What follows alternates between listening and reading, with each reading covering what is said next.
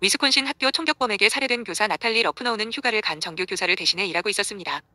에 의해 패트릭 라일리 한 학부모의 말에 따르면 위스콘신주의 기독교 학교에서 총격을 가한 15세 소년이 이번 주에 휴가를 간 다른 교사를 대신해 수업을 하던 대체 교사를 살해했다고 합니다. 나탈리 러프노우는 화요일에 메디슨의 어번던트 라이프 크리스천 스쿨에서 대량 총격을 가해 대체 학생과 다른 10대를 총으로 쏴 죽이고 5명을 다치게 한 후 자살했습니다. 대체 교사가 학생들을 위한 학습실을 운영하고 있을 때 러프노가 난입해 방아쇠를 당겼다고 메디슨의 어번던트 라이프 크리스천 아카데미에 다니는 딸과 아들을 둔 민지 오코너가 위스콘신 라이트나우에 말했습니다. 15세의 나탈리 러프노우는 대체 교사와 10대 청소년을 살해한 후 자살했습니다. 페이스북 제프 러프노우 선생님은 자신의 반을 보호하다 죽었어요. 훨씬 더 많은 목숨이 앗아갈 수도 있었을 거예요. 그녀 러프노우는 여러 라운드를 보냈어요. 라고 그녀는 말했다. 그 엄마는 10대 총격범이 자신만의 방식으로 행동하는 사람이었으며 넥타이와 청바지, 군용 부츠를 신고 학교에 온 것으로 알려졌다고 말했습니다. 러프너우는 딸 머킨지의 사물함이 러프너우의 사물함 옆에 어지러워서 이상하게 여겼지만 오커너는 학교에 들어간 지 한 달 만에 딸에게 친절하게 대하고 이야기를 나누기 시작했습니다. 라고 말했습니다. 러프너우는 반 친구들에게 서맨사나 샘으로 알려졌고 정기적으로 에너지 드링크를 마셨다. 6. 선생님은 자신의 반을 보호하다 돌아가셨어요. 훨씬 더 많은 목숨이 앗아갈 수도 있었을 겁니다. 그녀 러프나우는 여러 발을 쏘았어요.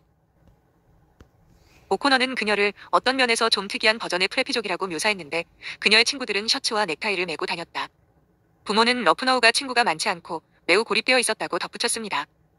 살인범은 가정생활에도 문제가 있었던 듯하며 인터넷을 통해 만났다고 하는 독일 출신의 남자친구와 끊임없이 문자를 주고받았다고 그녀의 어머니는 말했습니다. 그녀는 망가진 소녀로 죽었습니다. 그녀는 아무도 듣지 못한 채 죽었으며 선행을 장려하지 않는 사람들로부터 위안을 찾았습니다. 라고 오코너는 말했습니다. 그녀는 총격 사건이 일어나기 전에 간호사에게 가야 했다고 사람들에게 말했지만 그녀가 실제로 간호사에게 갔는지는 확실하지 않다고 오코너는 덧붙였다. 루프나우는 오전 11시경 K-12 학교 안에서 권총을 쏘아 대체 교사와 다른 10대를 사살했습니다. 또한 학생 5명과 교사 1명 등 총 6명이 부상을 입었습니다.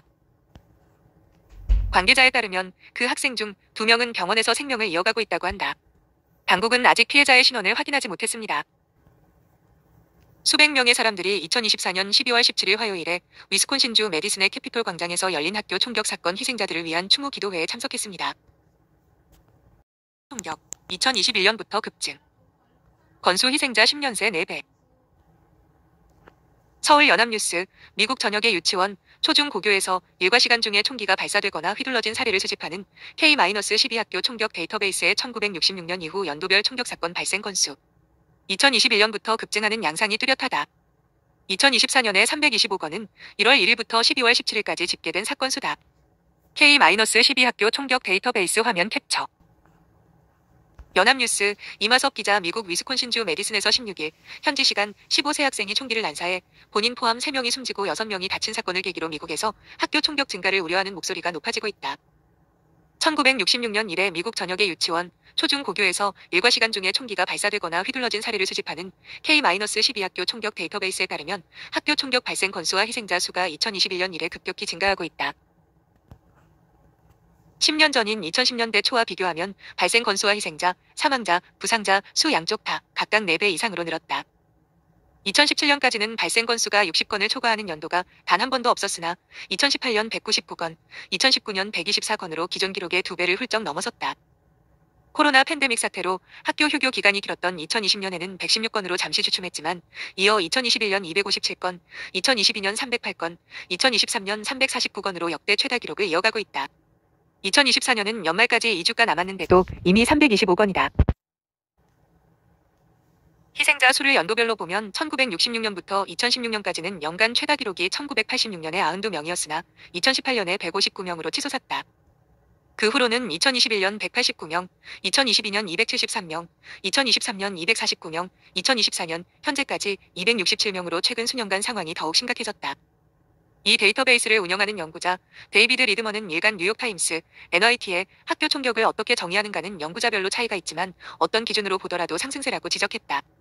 그는 다친 사람이 없는 학교 내 총기 발사 사건 건수는 최근 들어 1960년대 이래 최다 수준이라고 지적했다. 그는 자신이 추적해온 사례 중 과반은 말다툼이 물리적 폭력으로 번진 경우라고 설명했다. NYP는 다만 13만 개에 가까운 미국 전역의 학교 중 연도별로 총기 사건이 발생하는 곳은 극소수라고 지적했다. 또 학교 건물 내에서 발생하는 경우보다 학교 부지 안쪽이면서도 건물 바깥인 장소에서 발생하는 경우가 훨씬 많다고도 설명했다. 미드먼은 학교 총격 사건 급증에는 복잡한 요인들이 있으며 명확하게 짚을 수 있는 단일 요인은 존재하지 않는다고 지적했다. 연구자들은 최근 10년간 총기 판매가 증가한 점, 어린이들이 사는 집에 안전장치를 해두지 않은 상태로 총을 놔두는 사례가 많은 점, 학교에 총을 가지고 오는 사람이 많아진 점 등이 모두 영향을 준 것으로 보고 있다.